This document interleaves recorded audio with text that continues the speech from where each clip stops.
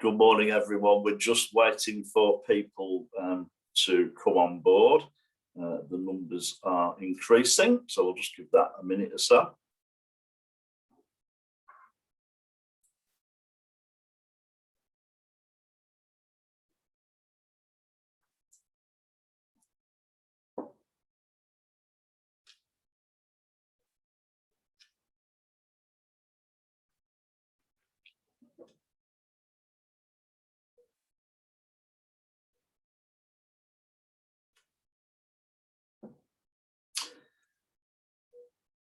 Okay, well, I think we'll make a start now. So good morning, everyone, and welcome to the first of what will be an annual Place Perspective webinar. And as you can see, we've got the big title of Place, What's the Future? My name is John Till. I'm the founding director of Thinking Place, so I really do welcome you on board. And we've created this event in our 15th year, and you'll get a clue to the fact that it is our birthday year when you look behind me and see our enigmatically placed balloons. So any second now. There we go. So not just places, but 15th birthday. So there you go.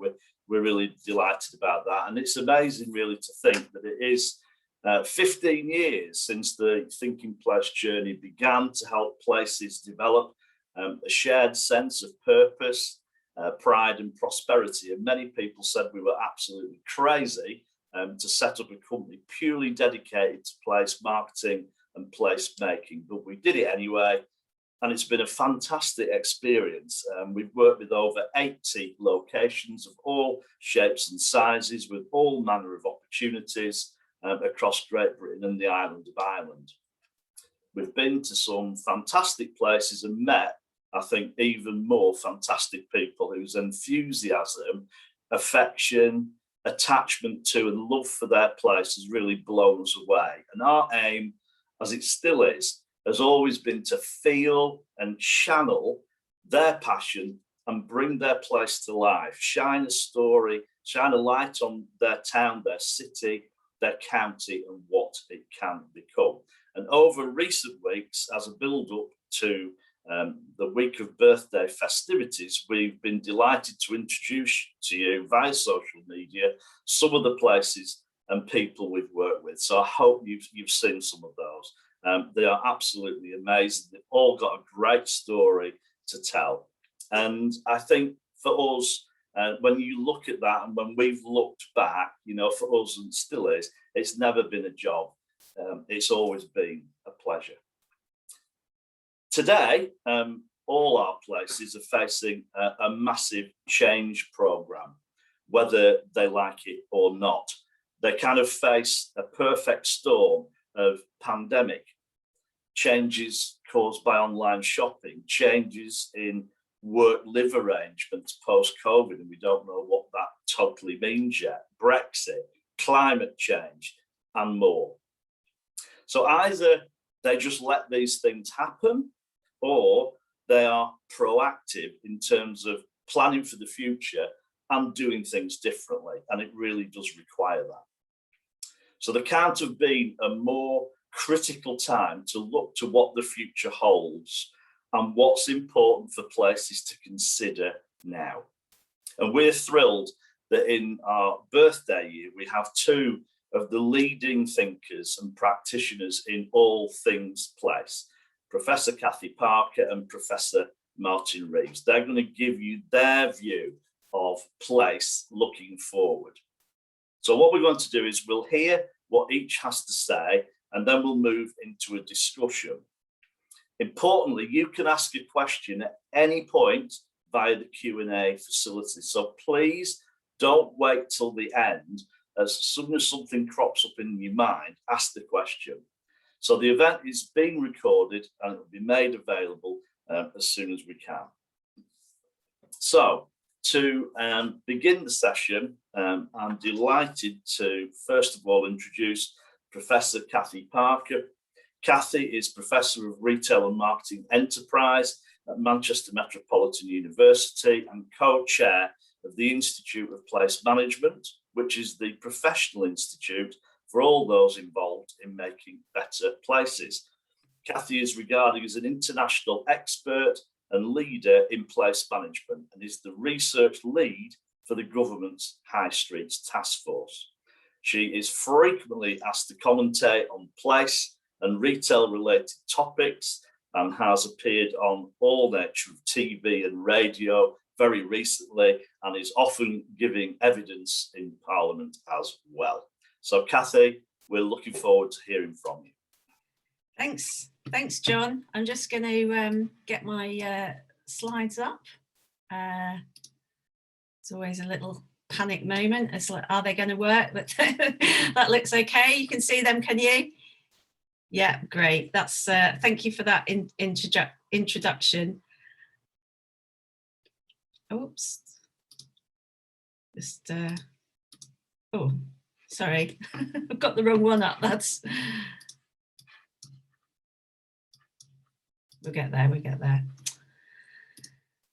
So thanks very much for the invitation and happy birthday, happy 15th birthday. It's great, and it's actually it's an important year actually for both of us, John. So it's also 15 years for IPM, which I just realised when I was preparing for this presentation. So that's quite interesting to think what was in the water, around 2006 that started us thinking about a professional institute and also your professional practice as well. And I actually think it was one of our first conferences that we met, John, because I think you were presenting your place branding work, and I think it was Hull. But our paths have crossed many times since then. Because Thinking Place and you, John, have been members of IPM for many years, and we did set out to be a community of practitioners, place leaders and managers, as well as academics and researchers like myself. And we've certainly grown in size over the last 15 years. We've now got over 1,000 members. Probably when we first met you, John, you're probably one of the first. We probably had about 100 then, but we've been growing. And that includes around about 80 business improvement districts now in the UK who work with us through the BID Foundation. We're also a research centre. As John's sort of explained, we've got a 30-year history of understanding town and city change with over 500 peer-reviewed articles under our belt. We also publish the International Journal of Place Management Development, which is in the top quartile of geography journals, making it one of the leading sources of theory. We have the MSc in Place Management and Leadership. And as John said, we lead the government's High Street Task Force, which is an England-wide programme of support for people that want to make better places. John is one of the High Street experts, mentors and facilitators that provides will provide expert advice to about 150 locations. And Martin, who you're going to hear from later, the task force recently visited Coventry, but I don't think it was our most successful visit, so apologies. I've been talking to Adam in your team, Martin, and we're going to come back and do something which I hope is going to be more useful. That's the whole point. Is being useful and helping people. So my contribution here in this celebration, you asked me to talk about the future. I don't think we can talk about the future without really reflecting on the past. So I'm going to talk about 15 years of Thinking Place. Do you see what I did there? I think when people think about great places, they've often got a mental image of something like this. It's a picture that signifies success in a place. There's lots of people, there's good public realm, shops, services, trees, sunshine. This photo was taken before COVID, by the way, and it's Barcelona. So the scale, the climate might not be transferable, but this idea of sort of vibrant places where lots of people congregate, lots of things to do, definitely what people think about when they think about a successful place. But we've got to think, too many places are still looking like this. And really, I suppose when we started, you know, our journeys, our parallel journeys in 2006, you know, this is what everyone was frightened about. You know, the town centres, city centres were declining. And this photo was also taken before COVID, but it doesn't make a lot of difference because there's nothing really there that's going to attract anyone. It's a place that's in decline. It's not likely to have anyone caring, looking after it. There's no vision, no partnership. There's no plan to sort of reinvent that. Things have got so bad, it's shut down, if you like.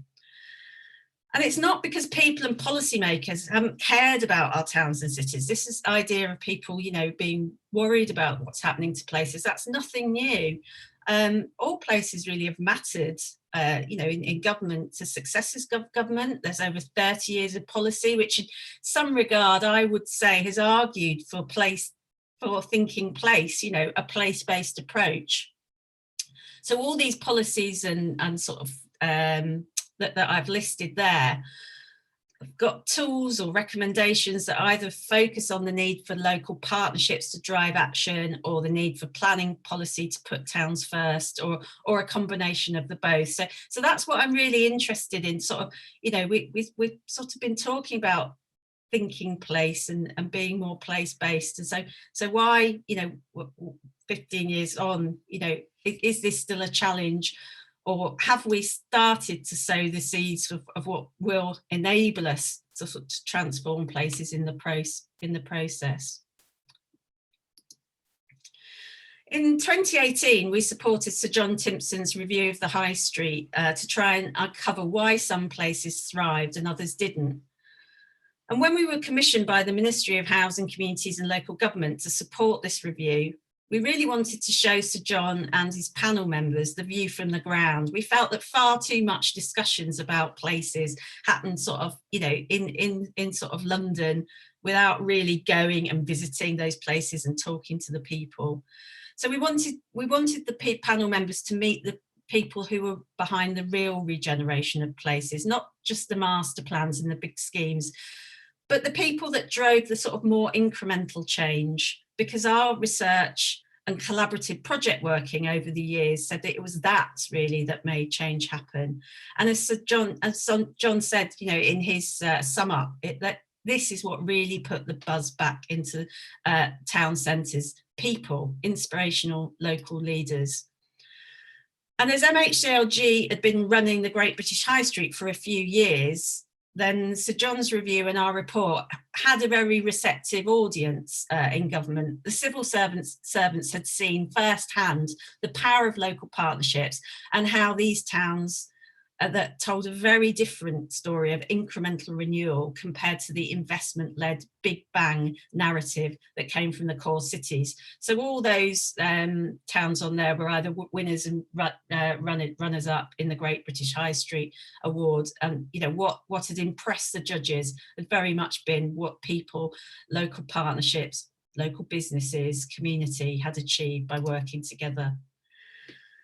So we took Sir John and his team to Bristol, Shrewsbury, Home, Firth and Altrincham, where we had IPM members who could show the plans, the progress, and introduce us to all the partners, all the people behind the scenes. The towns told their stories, if you like. But Sir John also wanted to go to Aldershot, but we didn't know anyone there, and it was actually a very different workshop. So, and unlike the other ones where everybody wanted to come along, they were sort of packed, they were held in town halls, you know, and we had to sort of, you know, we could say, well, there's only room for 100 people at this meeting. It was very different in Aldershot. It was council dominated. There was quite a blame culture. There was little mention to us about what was special about the town, no visions. All the plans were sort of focused around a failing shopping centre and dependent on council funding and implementation. And I think there had been little consultation with community or business, or if there had been, it didn't come across when we visited. But since then, Civic Voice has been running town hall events in Aldershot, and now there's a partnership and a vision and much better plans for the town, as well as some immediate action from local businesses and the local community. So just because when we visited, things weren't so good, it's certainly looking like things are improving. So you can read about the transformation of these towns on the report that's published on the gov.uk website. What I want to pick up on is what the review did, which I think was quite different to the others that have gone before it, with the exception perhaps of the Porter's review, because it really did hammer home how important people and partnerships were to the process of true regeneration. It wasn't all about the funding, it was all about the leadership. So from the positive transformation we saw in Altrincham, Bristol, Holmfirth and Shrewsbury, we defined place leadership like this. But the very different experience we had in Aldershot was also really helpful, as it helped to see this energy or capacity as the work of doing leadership, not just administering the place. In Aldershot, the council met all its statutory responsibilities. If government said, you need to do a town centre plan, then they did a plan. But place leadership isn't place administration. So that's why it doesn't and can't purely reside in local authorities. Our understanding of place leadership has helped us define what place-based approach is, and it does put place at the heart of policy, decision-making and action. It's place first. A place-based approach talks about actual places. It doesn't define a generic strategy at a national, regional or even local authority level that is then merely rolled out or applied at a local level. A place-based approach has to reflect the strengths and weaknesses of the particular places. They're all different. And the place-based approach joins up policy and funding initiatives at local level so it can maximise the benefits of these. Otherwise, all these policies and programmes and fundings, they just sort of land in the place and they don't necessarily regenerate it in the way that people expect. So our research and project work also tells us what is not a place-based approach. And unfortunately, many of the supposed place-based policies and strategies I review are not place-based. They're placeless, generic, uninspiring, ineffective, unachievable. So I, along with other researchers, will say that the reason we don't have these more successful place-based approach is a failure of place leadership. There's often a big gap between the change that leaders want to see and the change that actually happens in place. And that's not because the leaders are bad people, it's just because they're not doing the right thing to make things happen.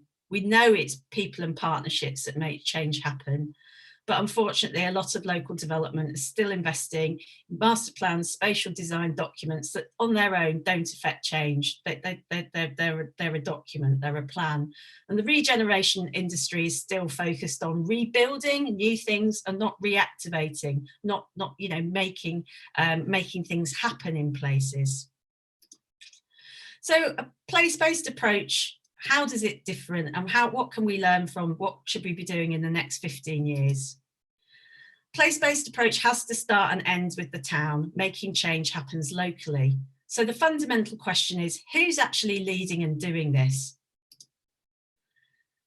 If we put the towns first, we have to think from local authorities and other levels, and they may be responsible for, say, 8 places. That's the average local authority span of responsibility. So at this level, they're not necessarily in the place driving the change. So it's about enabling, informing and coordinating, supporting, facilitating. And at a national level, we need to be asking what policy funds and programmes can do to support place leaders locally, and also what it can do to support the coordinators and the facilitating and enabling work of local authorities, councils, county councils and LEPs. So that's what we do on the task force. We have an offer on the website that's available to everyone.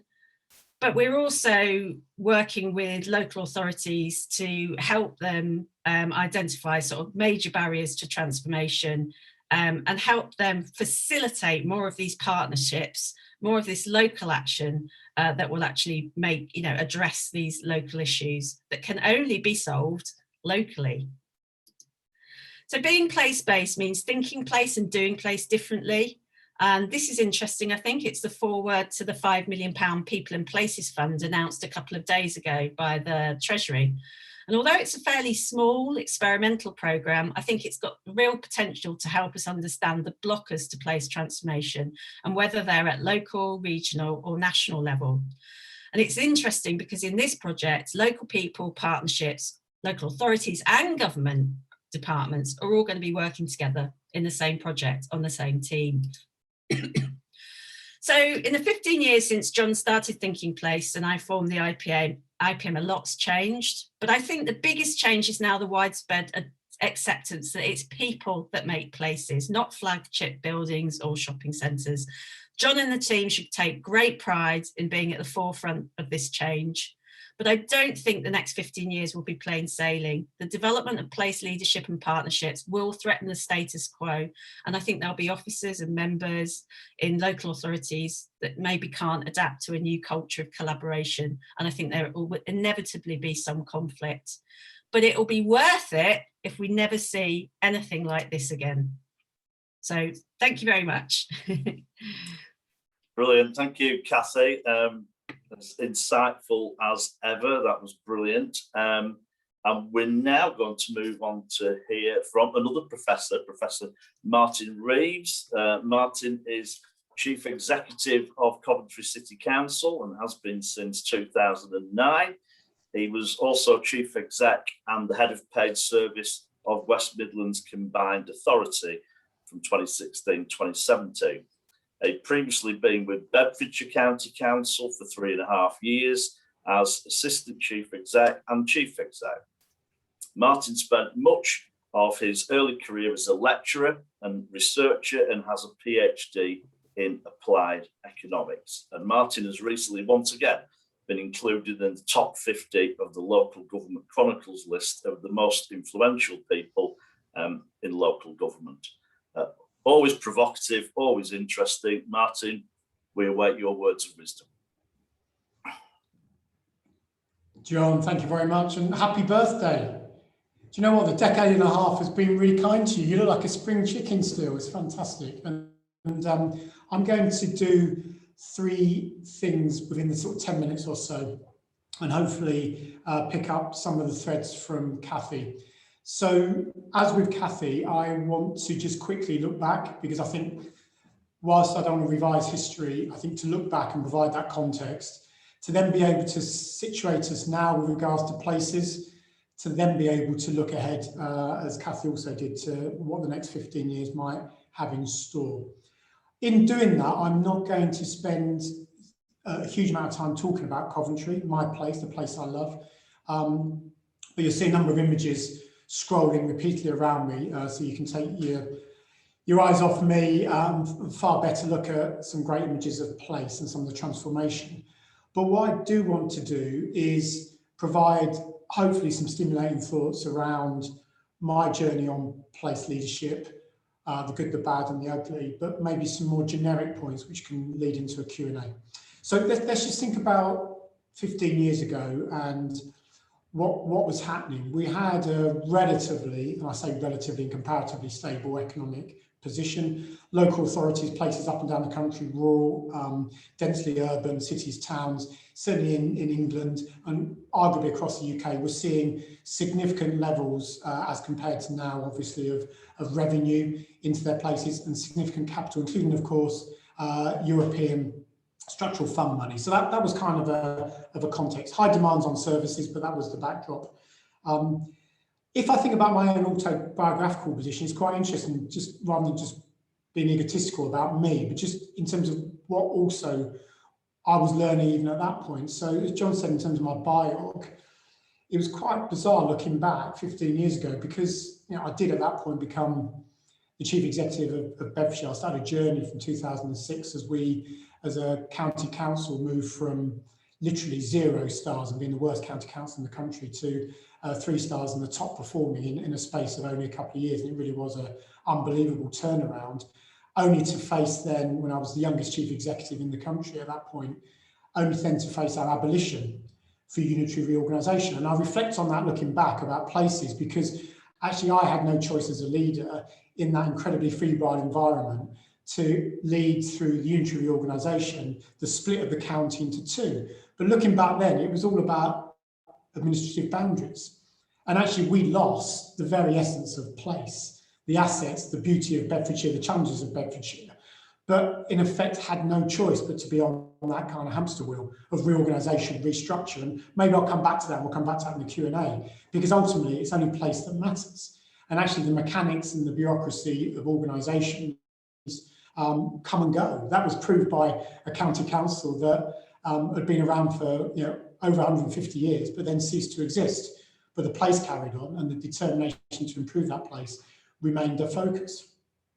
At the same time, the place I now am chief executive of, and I was thinking about where next for me, was facing some unbelievable challenges. Probably hallmarked by, in 2006, as I was working in Bedfordshire, the closure of Persia, and well over 2,000, almost 2,500 jobs went virtually overnight.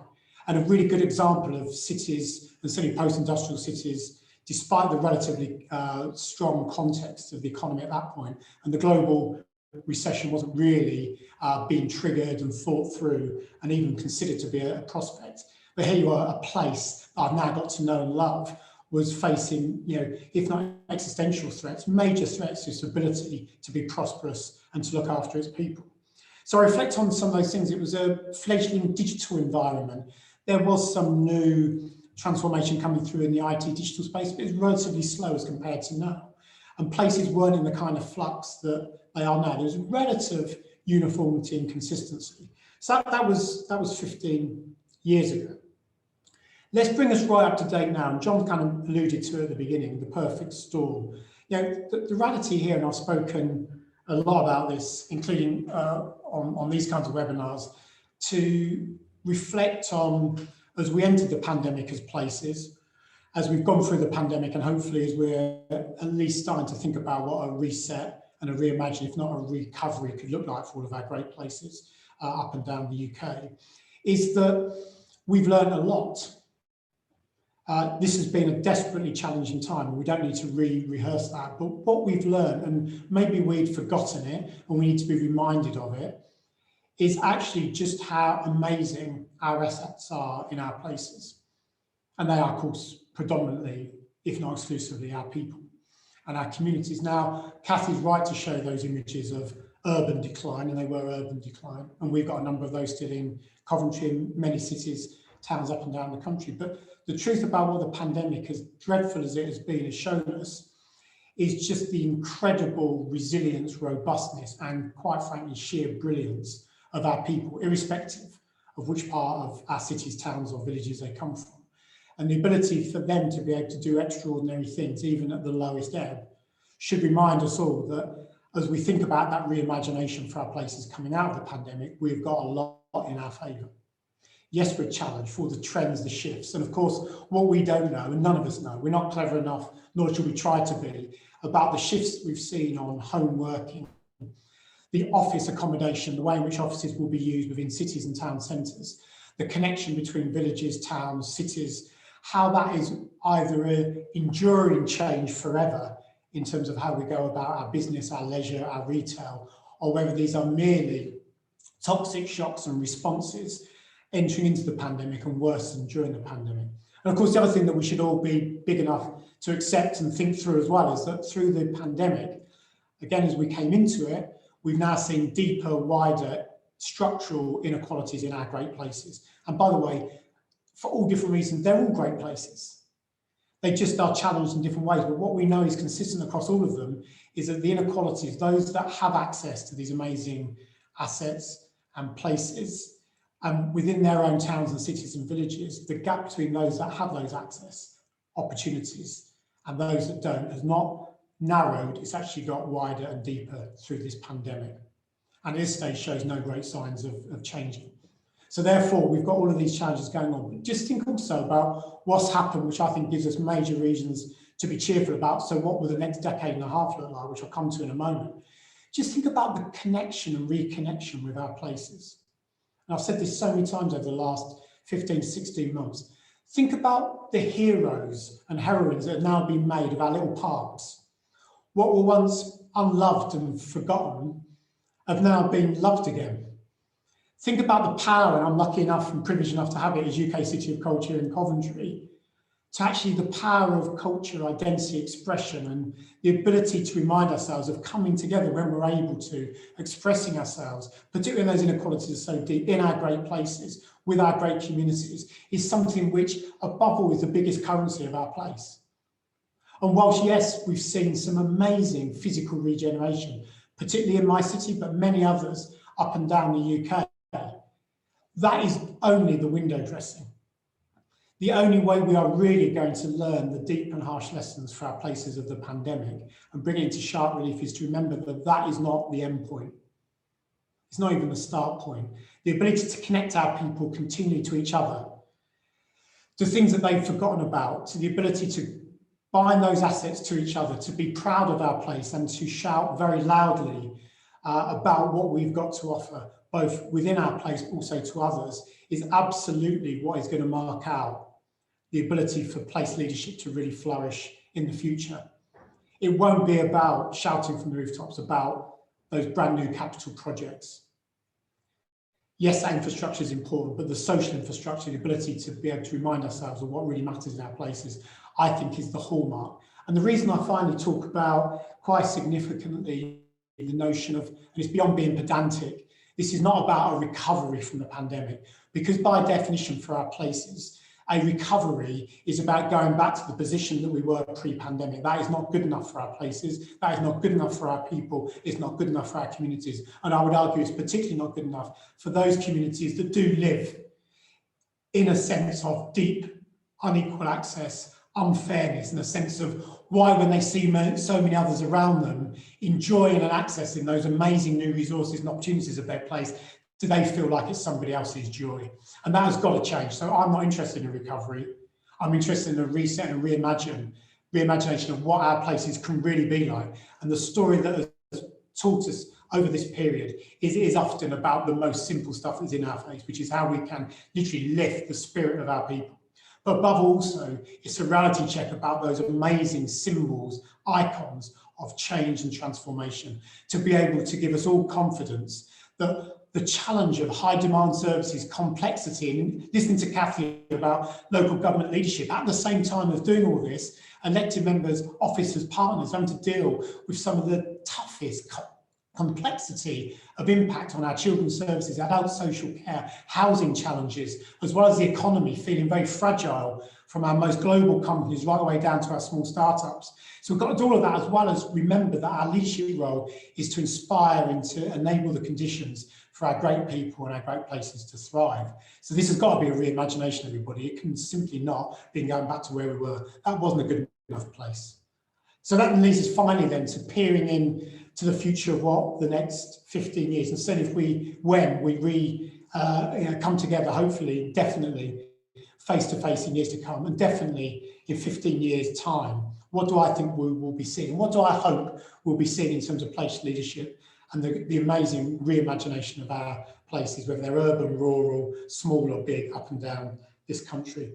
Yes, there's absolutely no doubt at all that we will see in our, particularly our urban environments and our dense urban environments, we will see flying taxis. There's absolutely no doubt of that. And I will tell you now that the future of mobility and digital infrastructure will be piloted and innovated in places like Coventry. But I'm not so worried about what digital will do for us, what future mobility will do, because as I said, I don't know what will happen about enduring trends around travel to work. I know economic geographies have been rewritten forever, but I don't exactly know what that technology will look like. None of us do. So let me just quickly give you what I think the key differentiators will be and characteristics of those great places and how we can lead to that different future for 15 years' time to be hopefully in a much more prosperous, equal, amazingly vibrant set of places.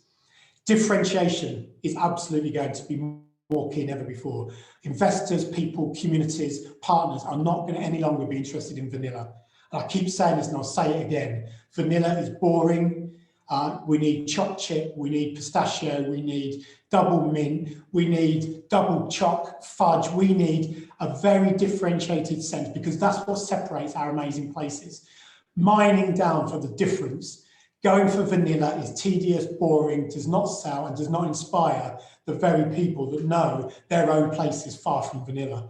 but too much prospectus work with respect to including some of the high street work and the task forces and the competitions is a race for the bottom of vanilla. This has to express difference, and that will be a characteristic over the next decade and a half and in 15 years' time.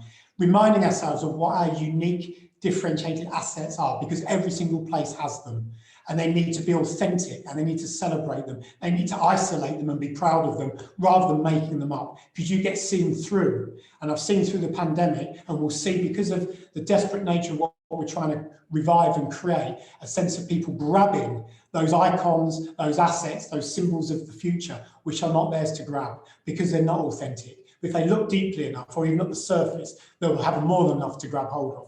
So it'll be about unique assets. It will be about experiential.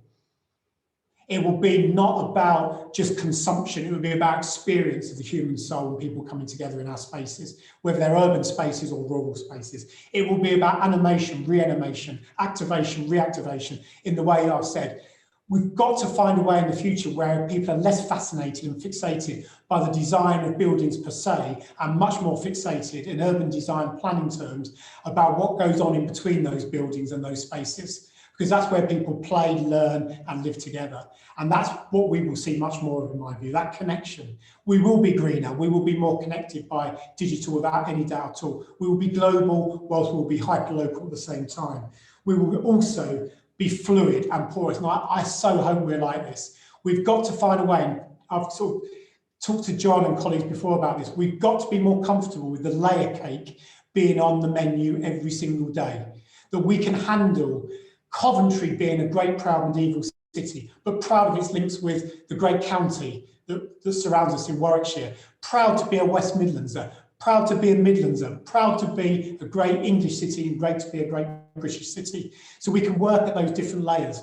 To be as proud about the reimagination of our city centre is as important as it is for our market towns and our villages and our rural areas as it is for the urban core itself, and be really chilled and porous and happy about that, because the truth is our consumers, our workers, our residents will increasingly think that way. So place leaders need to think that way too. And then finally, my sense is that the anchor institutions, those that might change, I talked about my Bedfordshire experience. Yeah, some do come and go, but by and large, municipality, universities, the biggest employers, by and large, are anchored in our place.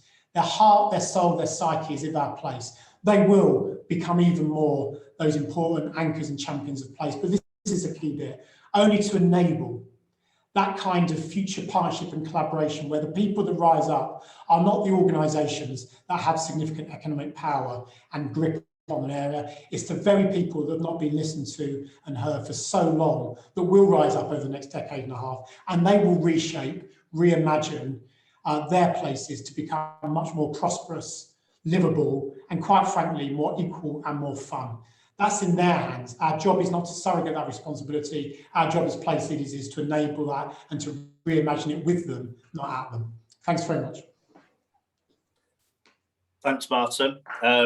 Well, two stunning presentations and view of where we've come from, and more importantly, where we're going. So I encourage you all to continue to ask questions. You've got these two guys here now. There's never going to be a better opportunity to hear from, as I say, two of the greatest thinkers to do with place today.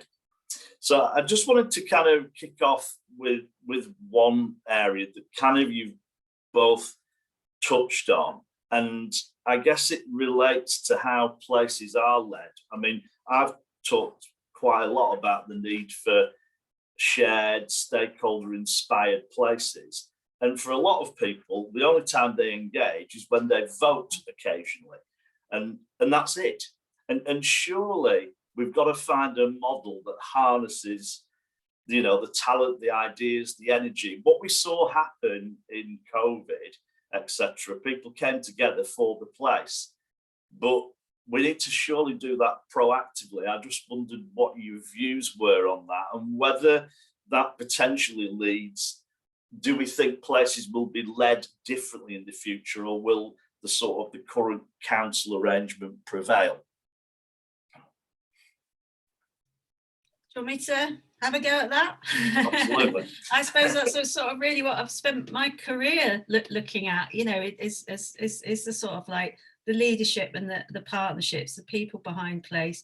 Yes, I think the structures do need to change somewhat, but that they always do, you know, governance always needs refreshing.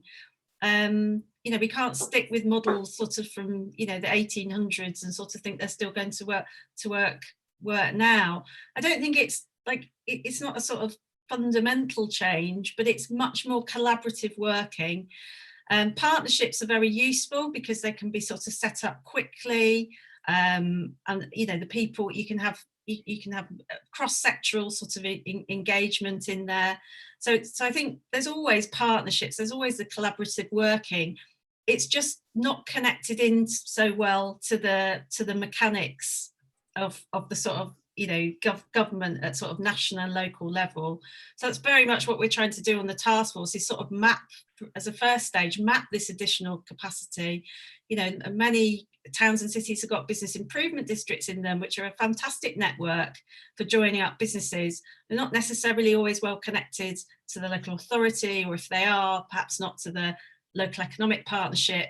So it's about mapping what's there really, and getting people to work together.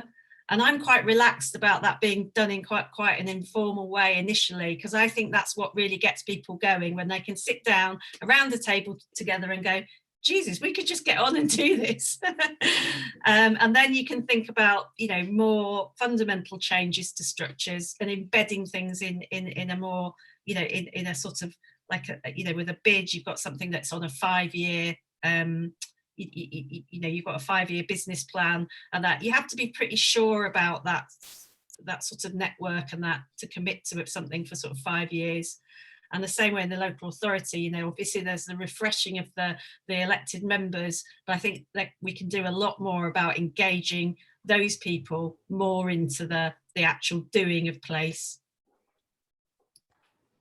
John, so much to say on this. So I'll be as brief as I can, because listening to Kathy and the question, look, I'm the biggest advocate, I don't think anyone would deny that, and champion of local government.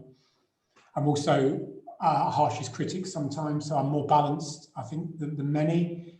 But let me just say how it is, because this is what we've learned through the pandemic. The most connected, the most gluing, the most matrixed, the most systems-led part of all of government and governance in this country is at a local level. If we didn't believe that and think that, and I certainly did entering the pandemic, there's no choice, evidentially, to believe it now. Ministers might not say that publicly, but they'll say it privately, because there is no choice. It's been incredible to remind everybody. We won't get the parity of esteem with other parts of the public sector, but we've been used to that, right? Are we perfect? No, we're not. Do we have a mandate, and are we trusted? By and large, yes, we are. Can we make ourselves more permeable to the very things you've questioned around community empowerment, the ability to say, where do these answers for the future shape of our place come from? It's not 54 councillors necessarily just in Coventry, or certainly an overpaid set of officers and chief execs like me. This is absolutely the heart of our communities. Yes, all that can be better. But let's not fool ourselves. We have the most centralised governance system in the developed world, and there's no signs of that changing. Devolution is not coming anytime soon. So if on task forces, Kathy and others I know you're involved in, if we're really going to see what I would argue are still platitudes in forwards around a shift between Whitehall, understanding policy horizontally, and the reality check here as a practitioner, I would tell you now, the only place all of those policies, often well meant and well intended, the only place they ever land, for good or bad or indifferent, is in our place. We're the only ones that have got the ultimate responsibility to be accountable. The problem is taxation doesn't flow, devolution doesn't flow, so we're often stymied. So yes, we can be better. Yes, we should lift and shift. And yeah, the truth about this is, and I've been very outspoken about it, criticising ourselves, but the professional and political core, the hardest thing for professionals in places and the hardest thing for politicians in places is to let go. Because the definition of professional status in this country is power, is accumulated resource, and is having the answers to questions, because we're cleverer than other people. That's gone forever. The professional class has been proved to not be the answer to this. The political class, all the levels also, cannot have all the answers. It can't possibly. The answers are out there. Look what's happened with the power of local parks. As I said earlier on, communities rising up to take responsibility and to push us out of the way to be able to deliver better landscapes, better livability. But we will be required to deliver quite a significant amount of that enabling condition. So they would be my random thoughts, and don't get me started on this because it's a really important debate. Yeah, sorry, Kathy. Yeah, I was just going to say, I mean, it absolutely is about everyone doing their thing at the level they are to enable the change in the place. So national policy absolutely has to work, and it's like it's been far too, we are completely ridiculously centralized, and even the sort of funds that are supposed to level up are all controlled. This is how you're going to level up. It's like, it doesn't work like that. You've got to trust people locally, and you just don't want to be people jumping through hoops to get money that they that they need. So a lot needs to change in national policy, and that's why I chose that programme at the end, because that's the sort of first little green shoot signs, I think. Whether that's big enough and there'll be enough learning from that, I don't know. Or they might be so frightened by what happens when they sort of trust people. We might not see anything like that again. But absolutely, national, regional, local authority and place level, it all has to be harmonious. Everyone needs to know their place in that, if you like.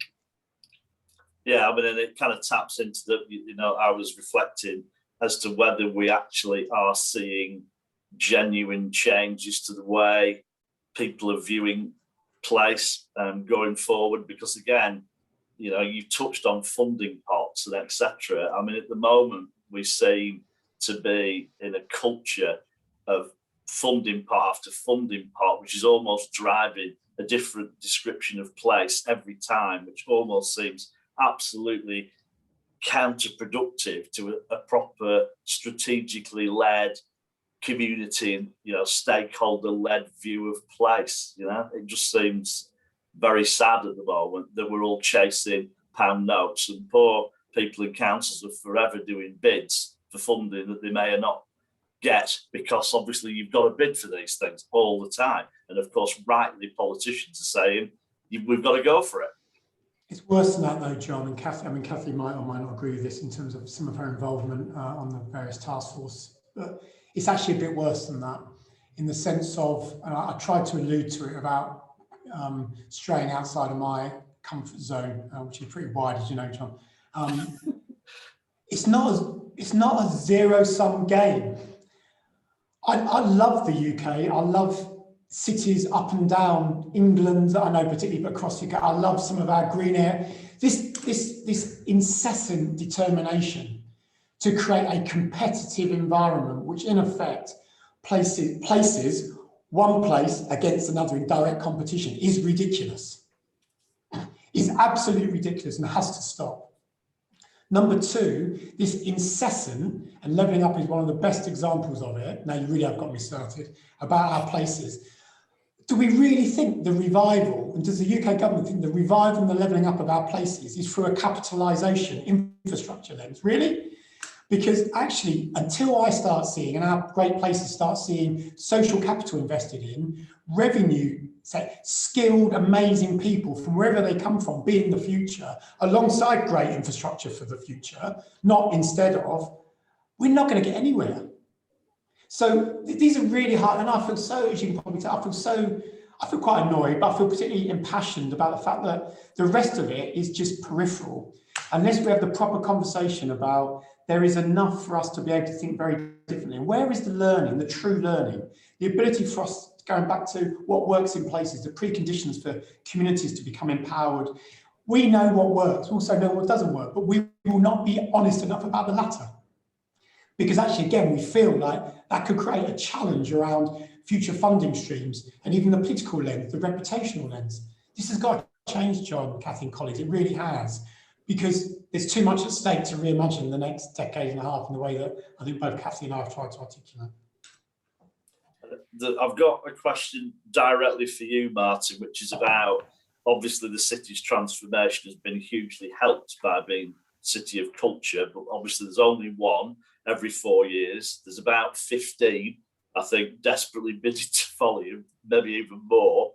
And should cities embrace culture regardless of chasing the prize? 100%. And I accept and acknowledge that a significant amount of what we've been able to do in Coventry since 2017 has, if not directly, but indirectly been stimulated by this incredible title of UK City of Culture, and only one can win it, and it doesn't come along very often. So I acknowledge all of that. However, I can also, I think, be authentic enough to say that whilst it would have been exactly the same, Coventry, for its cultural strategy, its narrative of change, and you know this, John, around event central, thinking about the culture, the history of where we've come from, but not passively nostalgically looking at it, projecting it forward, would have continued to drive culture, expression of our individual and collective identity at the heart of our renaissance. So what I would argue, and I said this to the 2025 bidding cities when they came to Coventry 2 weeks ago, please use this as a momentum. And yes, I know a number of cities and towns have had to reduce significantly their spend in places on culture. This is the time to increase the spend on the cultural alignment and expression of identity through music, dance, art, public art, visual arts, but just fun and coming together. So yes, I firmly believe, as a hard-nosed economist, we can have a conversation about whether it really does sell, and yes, it does. But much more importantly, it's on point. It's on point. Look what's happened over the last 16 months. And look what happens over the next year and a half. The latent demand for people to express themselves through culture, leisure, sport, and being together will be quite phenomenal in my view. So yes, embrace it. I'm so proud that so many cities are coming forward to want to do that. But most of them, with the exception of one, won't win. So they must remind themselves how their place can carry on being led through that momentum of working with other partners. Cathy, I think one that you can help with here, a question about, we struggle to find, engage and mobilise local people, businesses, and overcome negativity, apathy, etc. Have you got any advice to help move that in a positive way? Yeah, I mean, it's a very common issue. So but when we work with places, one of the things we sort of try and find out is sort of who's involved in those conversations presently, because sometimes you've just got the wrong people. They've got the wrong sort of attitude. They sort of put off other people coming to the table. So you do need to look at that. Having town hall type events where you just bring in new people can be quite effective, and working with a sort of partner that's perceived to be a bit more independent, perhaps if you're at the council. So maybe your local college or university can help sort of kickstart a sort of new conversation in the town. This idea of town conversations can be a very effective way to just bring people in without committing too much to begin with. You don't want it to be a talking shop, but you've got to reach out and get new people sort of involved, because sometimes some of the people that have been are putting people off. But if you want to go on the High Streets Task Force website, I think it was Jack, wasn't it? Have a look on there. We do have a diagnostic actually to looking at the culture of a town in terms of the structures and for managing change. So you might want to have a go at doing that and sort of see what type of culture is maybe there in the town at the moment, and then it gives you some advice as to how you might move on from that. Okay, I'm kind of linked to that, and something that we're always passionate about is what role can the private sector play in place leadership and placemaking? It's all very well government funding and government policy, but shouldn't private developers contribute a lot more to animation and innovation? Yes. And actually, what do I think? As you know, John, I'm always an optimist. My glass is always half full. And I believe that private commerce, including equity players, developers, big commercial organisations, genuinely want to do the right thing, particularly if they're located in the place at which they are investing. So what I've seen over the last period of the pandemic, and what I think commercial players will have to do, particularly investors in cities and towns, is they're going to have to change their model going forward. And it's another debate, another webinar entirely. But, and again, I'm not knocking central government just for the sake of it, because my views have been very clear. The Green Book is broken. The investment proposition model whereby investors, equity or even debt comes into a place to revive a high street, a big city like Coventry, a town, wherever it might be, or a series of towns, and to have the usual covenant from local authorities with the risk transfer, to then get a certain return to a certain level without taking much risk themselves, has gone forever in my view. So actually what has happened is a very different view of business cases, investment for the kind of infrastructure, particularly the social infrastructure we need for the future. That's big, because the surveying community, the equity markets, the investment market are all set on a traditional model of how you revive and invest in the future of our places. So we've got to be honest enough. The reason I'm positive, and I'll call them out because they've made the move and we'll hold them to account. Think about someone like, L&G, Legal and General, who have now worked with Michael Marmot, who we know well, we're the only Marmot city in the country, on population ill health and the social determinants. They have locked into the University College London to think about the power of population health and well-being inequalities through the lens of private development and place shaping. So actually all power to them, and others should follow, because we've got to find a way. And finally on this, I talked about spaces in between buildings. It is virtually impossible, John, and I know I've bored you with this, I'm probably boring everybody else now, but meantime strategy is the most important thing for our places. You can't create the social infrastructure, even the physical infrastructure overnight. So in the meantime, what story are you telling? Trying to get that funded in the traditional models is virtually impossible, even in high growth areas like Coventry. I'd have to fund it as a local authority, which is fine, we'll do it. But that's got to be natural. Part of investing in a place means you invest in the community capacity, the meantime strategy, as well as obviously doing all the important stuff on social value, apprenticeship strategy, local supply. So I'm really optimistic, John. You might say, well, you have to be, but I really think something has to change in that model, but it will take time.